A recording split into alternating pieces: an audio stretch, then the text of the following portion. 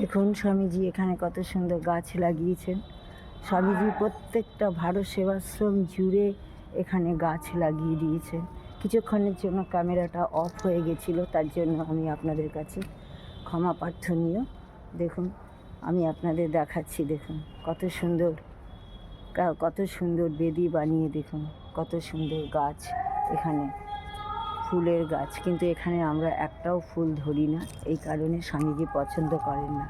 স্বামীজি ভীষণ পরিশ্রম করেন, এখানে ভীষণ পরিশ্রম করে ভারত সেবাশ্রম, আগে আমাদের ভারত সেবাশ্রম এরকম ছিল না, কিন্তু এখন এই স্বামীজি এসে আমাদের ভারত সেবাশ্রমকে এত সুন্দর করে দিয়েছে যে দেখুন আমাদের ভারত সেবাশ্রমকে এত ভালো করে রেখেছে যে আমরা ফুলের যত আমাদের যদি দরকারও লাগে, বাড়িতে পুজো করি ফুলের দরকার লাগে, তো স্বামীজি আমাদের সব ফুল দিয়ে আমাদের নানান রকমভাবে হেল্প করেন।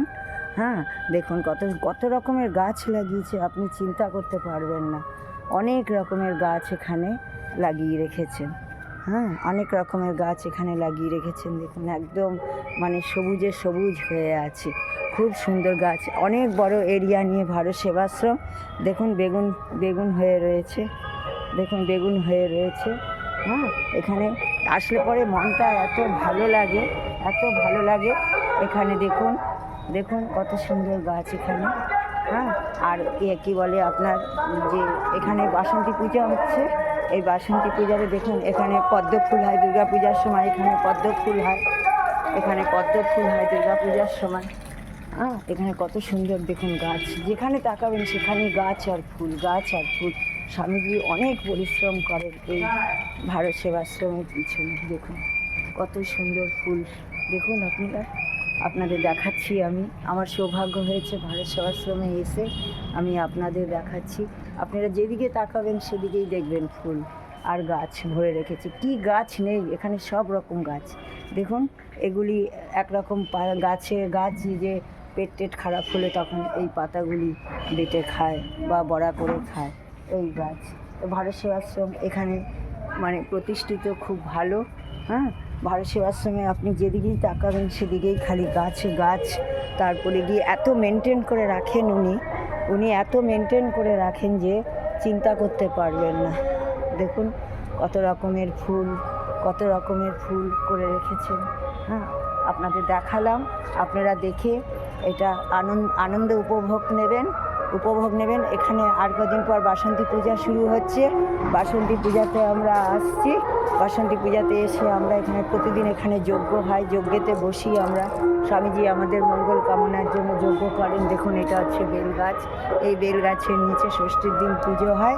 ষষ্ঠীর দিনে দেখুন এটা বেল গাছ, এই বেল গাছের নিচে পুজো হয়, ষষ্ঠীর দিন পুজো হয়ে তারপরে আমরা সপ্তমীর দিন আমরা এই মন্দিরে যাই। দেখুন এই মন্দিরে যাই, এখানে যেদিকে তাকাবেন সেদিকেই ফুল। দেখুন এই যে ঘর বন্ধ আছে, এইখানে মা দুর্গা পুজো হবে, এখানে আমরা আসবো। এখানে এসে আমরা ষষ্ঠী থেকে পুজো শুরু করব। অশোক ষষ্ঠী দিন পুজো। হ্যাঁ, অশোক ষষ্ঠী দিন দেখুন মাকে দেখা যাচ্ছে এখানে, আমরা এখানে এসে পুজোতে বসবো। ষষ্ঠী, সপ্তমী, অষ্টমী, নবমী খুব ভালো করে আমরা আনন্দ উপভোগ করি। অষ্টমী নবমীতে আমরা বসে খাই, এখানে খুব ভালো জায়গা ভারত সেবাশ্রম।